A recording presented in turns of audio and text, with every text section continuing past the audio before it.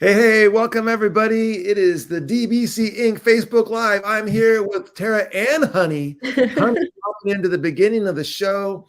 We are so glad that you are joining us. And if you could do us a favor, go ahead and throw your name over in the comments. Let us know where you are watching from. We love to see who's here watching. And yeah, Tara, how you doing? Great. How are you? I'm doing good. We just both traveled home yesterday, right, to our Yes. respective homes. And so we'll talk a little bit about that at some point coming up soon. But yeah, all good things. I got to reunite with Kona after 13 days away. So she was glad Oof. to see me. Mine was only one day. Not too bad. But it was You a would have thought long one. It was a long one day. it was a long one day for me and for Honey. Yeah.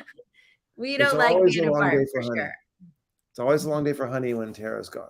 I can just go to the grocery store. Like, where have you been? My gosh. It's like it is a little extra though when I come home from a trip. I mean, she dances around for at least 30 minutes. For sure. For sure. So much fun. Well, tell us where you are, and who's listening. I'm not seeing anyone in the comments yet. I want to make sure we're live. So, Dave, you carry on. I'm gonna check a few. Yes, I'll carry on. I'll tell you a little story, and my story is that this past weekend, I was traveling from one event to another event, a Friday event to a Monday event, and so stopped in to Kansas City and got to hang out with Tara Martin. Tara Martin took a little excursion to Kansas City, one of our first times out and about, and we got to hang out and have a good time together. Is that Donna? Donna here? Hey, Donna. Hey, Donna, thank you so much for joining us. We really appreciate you joining the live. For So good sure. to see you. And yeah, and so I got to hang out with in Kansas City with Tara. We rode the little rail car thing. I love the free transportation in downtown Kansas City. Yeah. It's amazing. You just hop on, hop off, no tickets, no nothing. Just go where you want to go all along that whole route. So we went down to the river. Is it River Market? Is that what it's called? Yes. The Or the River city Market. market. And had a mediocre lunch and some good ice cream. Yes. And then we rode all the way to the other end to what is that place called? Union Station. Union Station. Union Station. Hung out there. Found a Barbie box. We both, of course, had to get inside the Barbie box. For sure. And yeah, just got a chance to chat and hang out a little bit. So that was very cool. It was fun. It was funny because we were on that city car, the street car, and it was loaded with people. And I'm holding on to this little pole because there's nowhere to sit, so I'm holding on this little pole. And I'm like, my doctor knew I was coming out there. Like it was kind of a test run to see if I could get out and stand for a long amount of time for keynoting. But she did give me a few directives. One of them was to try to stay away from a lot of germs. She's like, try to stay away from a lot of germs. And I told Dave, as I'm like holding on to that little silver pole on the Yeah. city transportation, Yeah. I'm like, I don't think I better send a picture of this to Dr. Riggs. No. So Tara's idea of staying away from germs was to get onto a very crowded public transportation thing, hold on to the pole with like the 10 other thousand people had held on to that day, then to go to an open market with people screaming around everywhere, then go to Union Station and get down on the floor in front of the Barbie sign. So definitely stayed all away from all germs. I did wash my hands a whole lot of times though with soap and water. So no worries. I didn't get those germs in my mouth, but yeah, I think I was definitely I was Hey, exposed. good to see you, Sean. Thanks for joining us. Monica, thank you so much for hopping in and joining us. We really appreciate it. Yeah. So Vendors come tomorrow. we have a few other things to chat about too. So I will give eventually a couple travel stories, but what I really want to first hear about, Tara, is you got a chance to, after a long time off, to get back up in front of a group of educators and keynote and give your presentation. And so how did that feel going to that event and then getting a chance to speak to educators again? was so fun. So I was in Cape Girardeau in Missouri. If you've never been there, their school district is adorable. Loved it. It's very it's more urban than I thought too. I thought it would be it's definitely more urban than I thought in that area, Missouri. And it was so great. There were 600 educators. I was in the most beautiful theater, Dave. I think it was pretty new, but it had like the whole, as a theater girl, it had like the whole backstage dressing rooms, like really fancy, nice theater. In fact, just to get to my book table, I had to like, it's like a rabbit race. Like you had to go behind the stage, back out the side door and down. By the time I got there, I was so exhausted. But it was absolutely incredible. I was real nervous about, being able to stand that long and how, would I remember everything? And I had a prop. Now I have a stool on stage. And I had some ideas of when I would use that stool throughout the keynote when I thought I would be weary. But I ended up just using it organically. Like anytime I just felt like I needed to sit down, if I was a little bit in pain, I just organically would just sit on the left stage and tell my story, cross my legs sometimes just lean up against it. It was so fun. And I honestly think the people probably thought that just was a part of my presentation, which is what I was hoping all along. And yeah, I mean, the only thing that I told Dave that was kind of hard is like at first, I think a lot of people look at me and they are like, oh, she's healthy. Like she looks strong and healthy and let's go. These guys knew that I had just come off of all these surgeries. They knew that I might cancel. I might have to substitute all the things. But I think when I got there, they just forgot because I was walking up like 6 flights of stairs to like get to the sound booth and then back down. And I was like, I haven't walked that much in a long time, and I'm not supposed to walk quite that much. Not especially I'm about to be standing for an hour and a half. And I finally was like, I might have to sit down for a few minutes, maybe like 10 minutes before the keynote. And he was like, oh, I just totally forgot.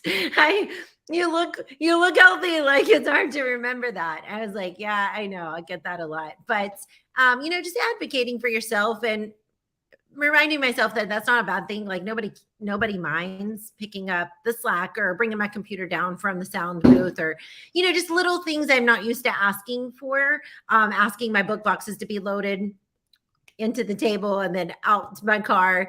But people were just so willing to like fill in all those gaps that I was super nervous about. And of course, once I got on stage, I was born to do that. Like I love being up there. So it felt just so natural to be with people that are as passionate about students and making this a culture of belonging for all those that they get to serve. And so we meshed really well. And you know what else, Dave? I feel like sometimes when we walk into certain professional developments, you feel like either tension or you feel that bonding or you feel that family feel. I mean, the minute I walked in there, people were taking selfies. They were taking group photos on the stage. The superintendent was like, maybe we should, I'm going to have to kick them off the stage. They'll take group photos all night. I'm like, oh, just let them go. Like, we'll start this eventually. But it was just the most welcoming place. And that's a great first one to come back to. Yeah, that's awesome. It's so good to see you out there again. By the way, Kristen, thanks for joining us. I see Nick from Winnipeg has joined us, and Carly is in here as well. Thank you, Carly, for popping in. Good to see you as well. So thanks to everyone who's watching. So we're super excited that you're back at it, Tara. And it's not like you're, it's not 100% as far as like, you're out working out and all that kind of stuff, but just for you to be back out in front of a group of educators and sharing your message and getting a chance to do that again is super cool. So that was so awesome to see. And being able to hug, just having all that interaction with people and meeting them at my book table. So many were like, hey, when are you starting your podcast back up again? They're like calling me out. And I had no idea these people even knew me. So it's fun like that. It's just been It was a great experience. And then eating with the superintendent and his leadership team afterward for lunch. It was so great to have all those conversations, those laughs and the sidebar conversations, and just to realize there's so many people out there that have similar stories.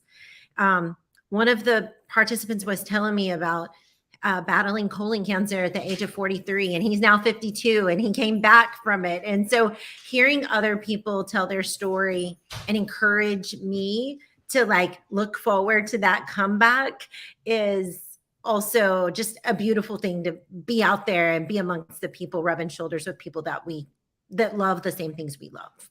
Yeah, absolutely love that for you. That's very cool.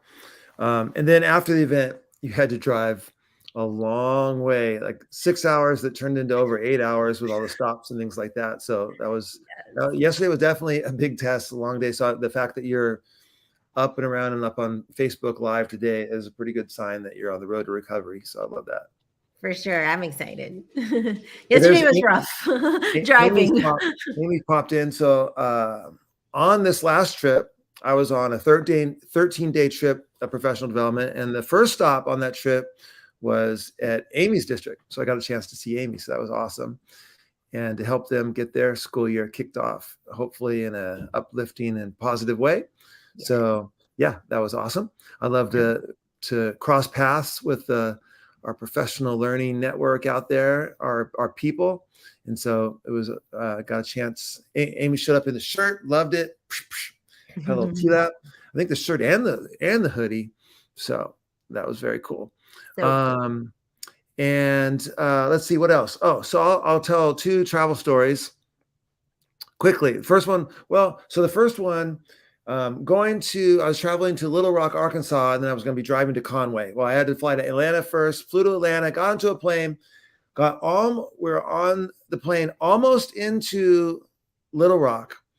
And the pilot came on and said, hey, there's been like a malfunction of the front landing gear. And one of the wheels is like shot, and like it's on one side, and it's a problem. And they've directed us. They say that we cannot land in Little Rock because the runway is too short if something should go wrong. So they've directed us back to Atlanta because they have a longer runway. And I think I'm pretty sure that the plane's going to land fairly smoothly, but I don't know what's going to happen when we're going down the runway.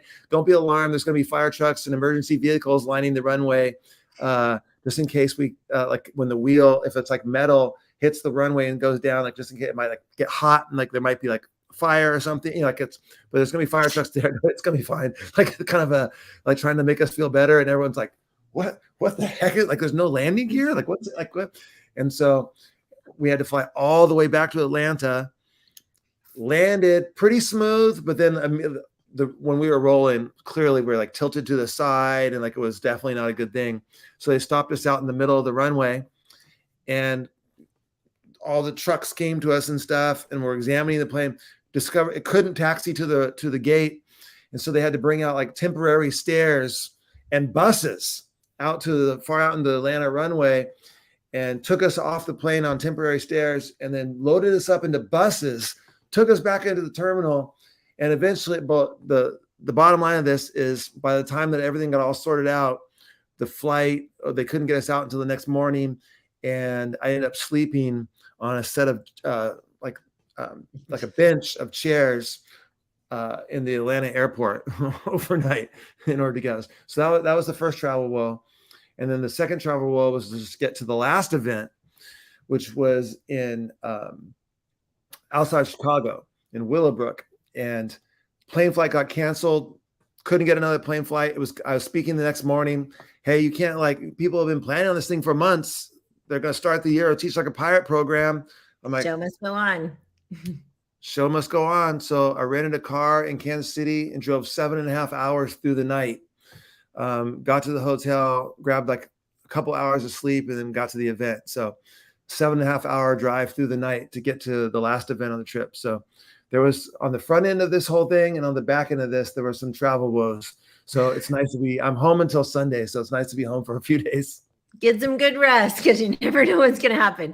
That's the thing I'm worried about, though, Dave. Next week, I need a smooth, like, if you guys send positive vibes, whatever it is that you do in the universe, Monday night, honestly. Tuesday night, I don't care. But Monday night, I need some good ones.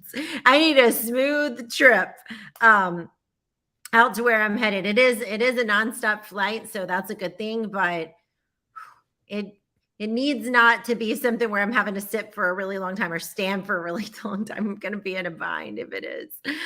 We just got called out over here, though, Dave. I hate to tell you, but Oh man, David says podcast. Y'all do podcasts?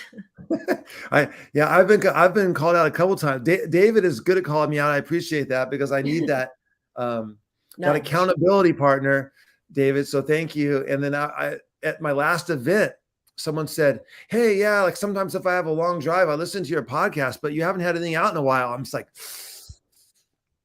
yeah, about that. So this weekend, I'm hoping to get a podcast out. I think maybe you are too. Is that right? I am. I think I'm going to put mine out tomorrow. I also got called out. I've only been out once. I got called out by a lady at the book table, and she said that she just loves those like 15-ish minute clips. She likes those shorter podcasts.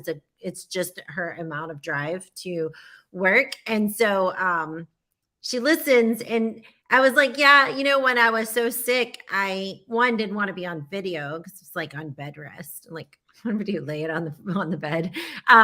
But also, I just didn't feel like I had a lot of things to encourage people. But she's like, I watched every one of your lives on Instagram and I was encouraged by those. So I was like, well, dang, I just need to there's no excuses. I need to get back on it. Speaking of no excuses, talking about getting called out by accountability partners. Look at this is Nick hoping. Get it done. Exactly. Hey, these people are tough. These people are harsh on us. We need them in our life. We do. Yeah, we do. Hey, and by the way, thank you to Donna for how to do what I had to do to get there, and had to get it done. It's been a mess. We've had a lot of speakers having to drive all night, and Dave has instilled in us and modeled for us that if there's any possible way that we can get there, no matter what, that district has been counting on you for a year. I mean, most of these book us a year in advance. He's like, and we don't want to let them down. So if there's any possible way you can get there, you need to get there. And there have been times where we have driven all night, not even slept, just change your clothes at the airport and go straight into the gig. I mean, because sometimes it just has to be that. And the other thing we've done is, and this has been an example of that this summer with you, Tara, is there was a couple events where due to the surgeries, you couldn't make it. But then we do everything we can to get somebody amazing there in your place. Yes. And so, like, for example, one event, we had Jill Seiler step in for you at one event, who was fantastic, wonderful, did a great job. Mm-hmm. Another event, we had Adam Peterson step in for you, who was also fantastic and did a great job. And so, DJ Reynolds has been in the wings waiting. We'll do everything we can to get there. Yeah. And if we can't get there, we'll find somebody who is going to be amazing to get there and pick up the slack. So we're not going to leave you high and dry. Exactly. Yeah. So I will leave on Sunday for the next swing of August. I'm out until I think August 31st. So but only 4 events during that time, but it just doesn't make sense to fly all the way back home. And so I'm going to be going back to Missouri, then I'm going to go to Michigan, and then I'm going to be in over on the Eastern Seaboard for a while. I'm going to be like in Massachusetts and Upper New York area for towards the end of that time. And then that's kind of that will conclude the August craziness. So much fun. Yeah. Well, we didn't know if we had enough stuff to talk about. We did pretty good though. I've got something else. Oh, go for it. So what about, I think that maybe you have a blog that's going to come out soon. Oh yeah. I almost forgot about that. And at least, even if you don't go, they can read the blog, but at least tell them what this quote is that it's based on, because it's a pretty cool quote. Yeah. So I have been, when I was on bed rest forever, 6 weeks, I fell into the trap of watching Netflix and TV and series. And one of the series that I started watching is called The Summer I Turned Pretty. It's kind of like for young adults, more like a teenage kind of themed series, but I loved it. It was fun. And one of the quotes that Susanna, the mom of the boys in the movie, in the show, said, this beautiful quote that just really stuck with me, and I'll put it up here. Let me see if I can present my screen. I think it's kind of cool to look at as well as here. Okay, let's do this. I'm leaving you hanging. It's the hook. I see a couple people. Oh, by the way, and I see, oh, there it is. Okay, go ahead. I'll let you go. Oh, go ahead. You can say whatever. No. Go ahead. So the quote was, the world is happening to you, but you are also happening to the world. So the podcast I'll be doing tomorrow is elaborating more on this and my experience over the last 2 months, and how, I had to shift my perspective from this idea that the world was happening to me like unfairly, right? Because it's easy to like have these things happen to you and you feel like you try to find someone to blame, right? You try to find some reason why this is happening because everything happens for a reason, right? Well, sometimes you can't figure it out. Everybody kept telling me the whole time, like this whole situation was unknown, right? We don't understand. It's a small statistic and somebody has to be the statistic and we don't know what's happening. And so for me, it just felt like the world was happening to me and making my life miserable, like taking things away from me that mattered so much to me. But what I wasn't paying attention to, and when this quote was said, I paused that show immediately and I wrote it down and I thought about it and I just started jotting down notes of stuff I wanted to talk about in a podcast or in a blog. And so that second part of it, when she said, but you are also happening to the world, I just thought this was so fascinating to think about. And I write about it in this blog that I'll share and put the link over here. But how, the world around us, a lot of times we're just an observer and sometimes we feel like a victim. Like that's how I was feeling. I was almost feeling like I did as a child in that abusive home life where I didn't feel like it was like 18 years and like, am I ever going to get out of this? But I had to decide, you know what? I don't have to just sit back and observe the world. Like I actually have a part in this. Like I get to write my story. Yeah, the world is happening to me, but I also get to happen to the world. I don't need to just sit back and let it happen to me. I am a co-creator of my life, right? I am the creator of my life. I'm a co-creator of what's happening. I can decide how I'm going to react to these external circumstances that I didn't choose. So whether you choose the circumstance or not, you get to decide how you want to react to it. And so that's what happened to me. I had to choose how I was going to respond to these things that were happening to me. Was I going to be angry and be frustrated and wallow in the pity of why this was happening to me? Or was I going to decide that, you know what, I can be an overcomer? Like I can accept that this is happening, the world is happening to me, but I'm not going to sit back and just take it.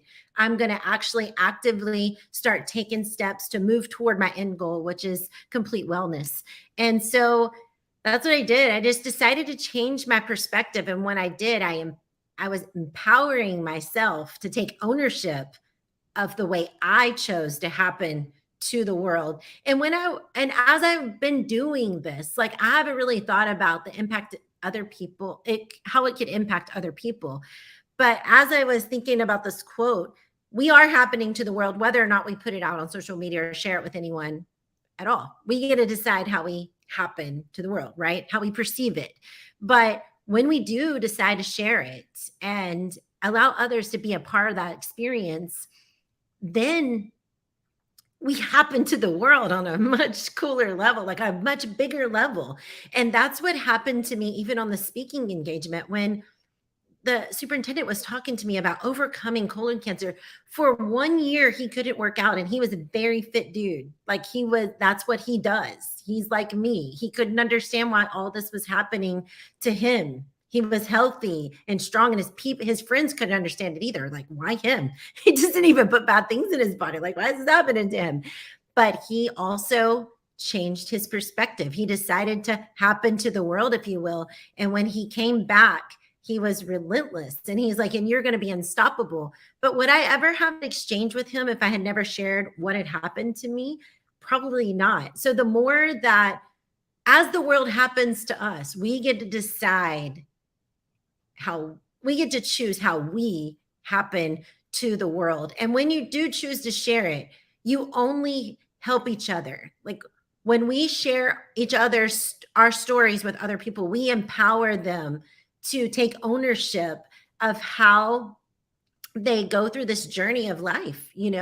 We empower them, and we empower our students. Like, this is going to happen in school year, and this is going to happen with everybody that we encounter, right? The world's going to happen to us. It's inevitable, but we can step into the role of both the observer and the creator of our own journey in this world and how we choose to happen to the world. So that's kind of what I was going to talk about on my podcast. So I might just use this whole same thing. Yeah, absolutely. That's super powerful. I love the quote. And I had a chance to read the blog, which is great. So they can check out your blog, and then it's going to be a podcast as well. And you mentioned the thing about the superintendent and the cancer battle. And you see, Sean related it to his cancer battle with a quote from John Lennon that he used as kind of his mantra during that time period too. So that's interesting that you mentioned the superintendent saying that. Yeah, so many cool comments. I see Rob Martinez popped in here. What's up, Rob? Recipes for Resilience is in the house. Yeah, so I love that. And Amy talked about Amy's had a couple of battles of her own over the summer, right? And so I think that this resonates with her as well. And I love this. Let's see, where is it? Boom, boom. There. I love Donna. Yes. I want to take a bigger part in happening to the world. Yes. We want that for you too. We want that for all of us. And so that's very inspirational. I love it. And I have to put them on the screen so I can read them because my eyes are so bad. And looking forward to listening and reading. Yeah. So I hope that no one said anything bad over there, because I can't read them when I'm looking over there, and I click them on the screen so I can read them. So if I put I love it. I apologize. Then you just hurry up and pull it down.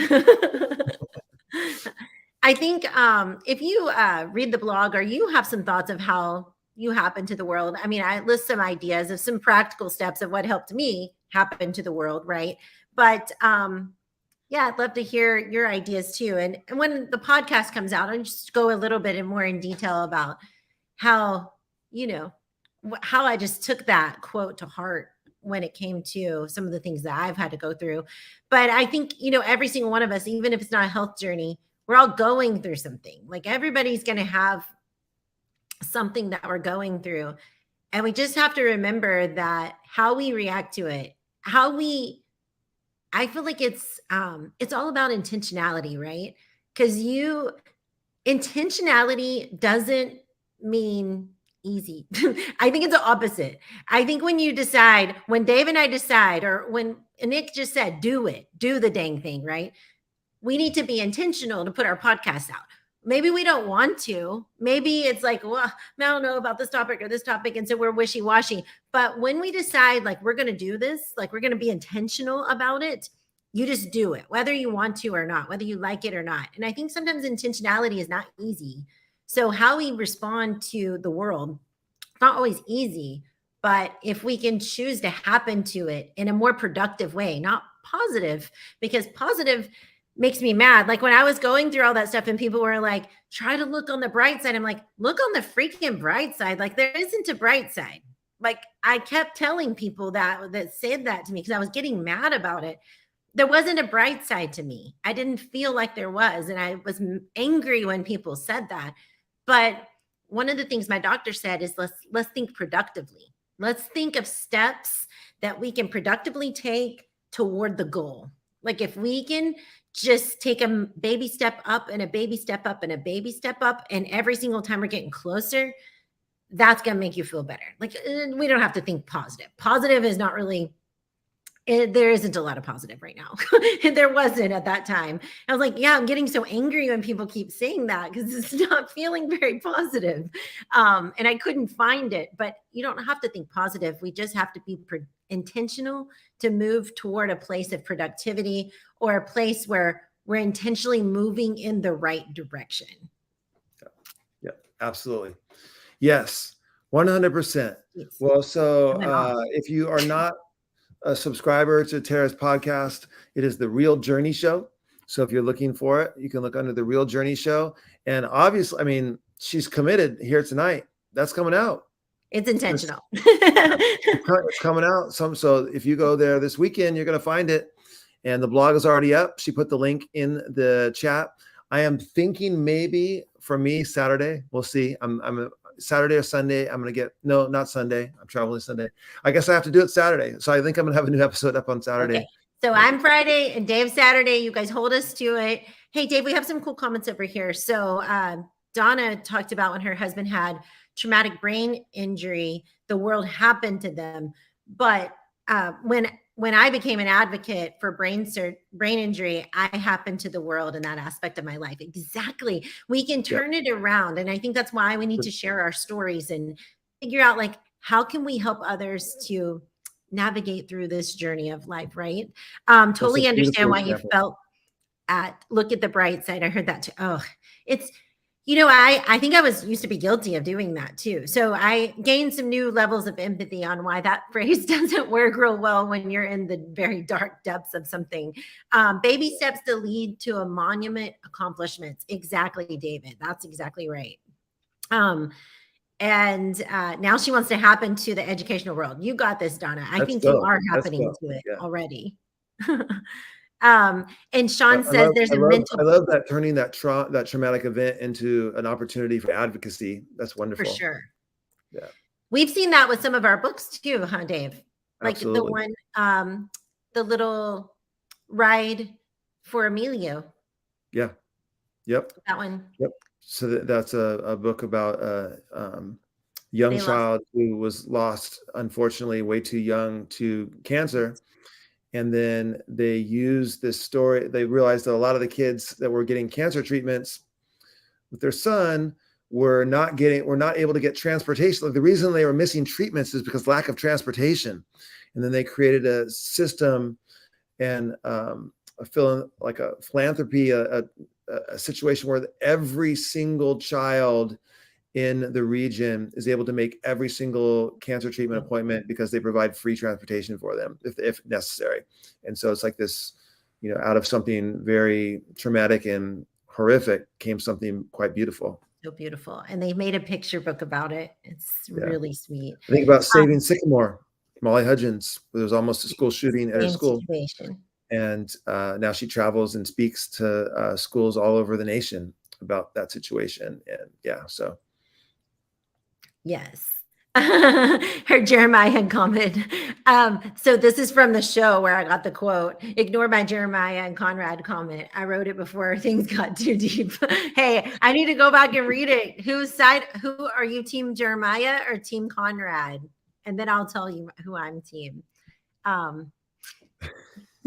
Yeah, it's the two boys. Let's see. I think I missed it. Darn it. Well, hey, we really appreciate you joining us tonight. She's team Jeremiah. It's been awesome to have you here. Awesome. Congratulations, Tara, on being back speaking again. It's wonderful. And next week, you do it again. So that's fantastic. Wish Tara luck with travel. Wish me luck with travel as I go back out on the road for another 11 or 12 days, hoping no more sleeping in airports, no more 7.5-hour drives or anything like that. So, and a couple of people asked where I am in Massachusetts. I think in New York, I'm like Troopsburg, New York. It's somewhere. It's not. It's high north in New York, and then in Massachusetts, I think it's Chicopee. I think I'm in Massachusetts, possibly. I've been in Chicopee. Yeah. I'm flying into Bradley, and then I have a couple down days where I'm going to be looking to go I don't know. I can't run, unfortunately, but look to do some cool sightseeing or something. And then I speak in Chicopee. Yeah. Chicopee is Western Mass, about an hour from Kristen and I. Oh, cool. well, Yeah. you guys might be able to meet up for some That's lunch or where something. I'm doing like an afternoon event the following week there. That's awesome. Yeah. Thank you. And then Nick says, okay, I'm looking for the podcast tomorrow and Saturday, and we have no choice but to do it. We got to do it. Did we actually commit to that? We're being intentional. We got to do it. You got this. So I better come up with a topic. I have my topic. I'm about to give you a better message than I just did on the same topic. Right. I did drop my blog over here if anybody wants to read it. I will be sharing it out on social media too. But if you're interested in reading it, I'll drop it over here in the comments. Yeah, and I'd love to hear your thoughts. Leave a comment. I have not seen comments on my blogs in a long time. Well, I don't post them. That's probably why. But I'd love to hear your comments. Imagine that. All right, everyone. Have a wonderful night. We went over 6 minutes. So bye, everyone. Thanks for joining us. We hope you guys have a great rest of your you only have one more day of this week, but I hope you have a great start to your school year. Now, so you've already started. So now I have Donna as an accountability partner too. Yeah, we got a bunch of them in here. Yeah. All right. Bye, everyone. Bye, everybody.